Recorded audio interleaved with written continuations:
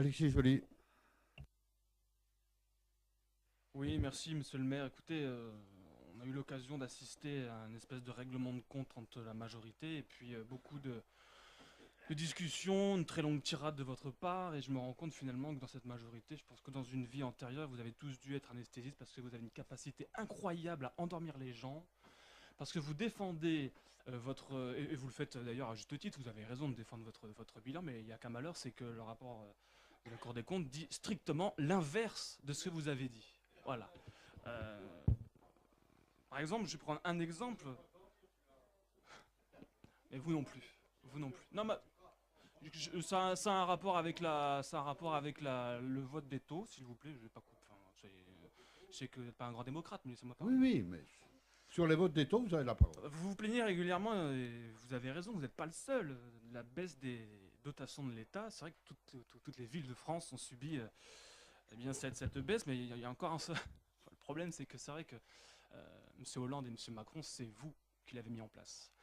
Et d'ailleurs, dans le programme de François Hollande, il était déjà indiqué, vous êtes mine de le découvrir, qu'en 2014, vous ne saviez pas qu'il allait y avoir une baisse de dotation de l'État. Si, c'était indiqué dans le programme de 2012 de François Hollande, comme c'était indiqué dans le programme de Nicolas Sarkozy, à hauteur de 40 milliards d'euros. C'est un autre problème. Voilà, toutes les villes en France le subissent, mais pour autant, d'autres s'en sortent beaucoup mieux qu'Échirol. Monsieur Monel, la masse salariale, contrairement à ce que vous dites, moi j'ai pris simplement les documents que vous nous avez fournis. Page 18, poids du personnel en augmentation. Bon, je suis peut-être un menteur. Alors voilà, on va y venir, monsieur le maire, puisque vous venez de le dire, vous vous intéressez à ce qui se passe ailleurs. Puisque vous vous intéressez à ce qui se passe ailleurs, je vais vous parler d'une commune que je commence à connaître bien, qui s'appelle Hénin-Beaumont, puisque j'y suis régulièrement. Et j'ai de la chance d'y être parce que grâce à ça, j'ai la chance de faire Sciences Po et l'ENA en version accélérée. Voilà. Alors à Hénin-Beaumont, on a aussi subi la baisse de dotation de l'État, de manière assez dramatique. Mais pour autant, on a augmenté le budget de la culture, on a augmenté le budget d'autres associations, on a augmenté le budget de la sécurité. Et vous savez quoi?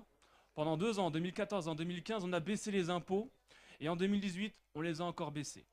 Alors puisque visiblement, vous aimez vous intéresser... Non, non, non, non, non, la place est déjà prise. Et il y en a une qui va tomber bientôt, je crois, à Échirol. Voilà, donc puisque vous vous intéressez un peu partout, écoutez, monsieur le maire, je peux vous proposer, vous arranger un rendez-vous avec Steve Briouat, il se fera le plaisir de venir.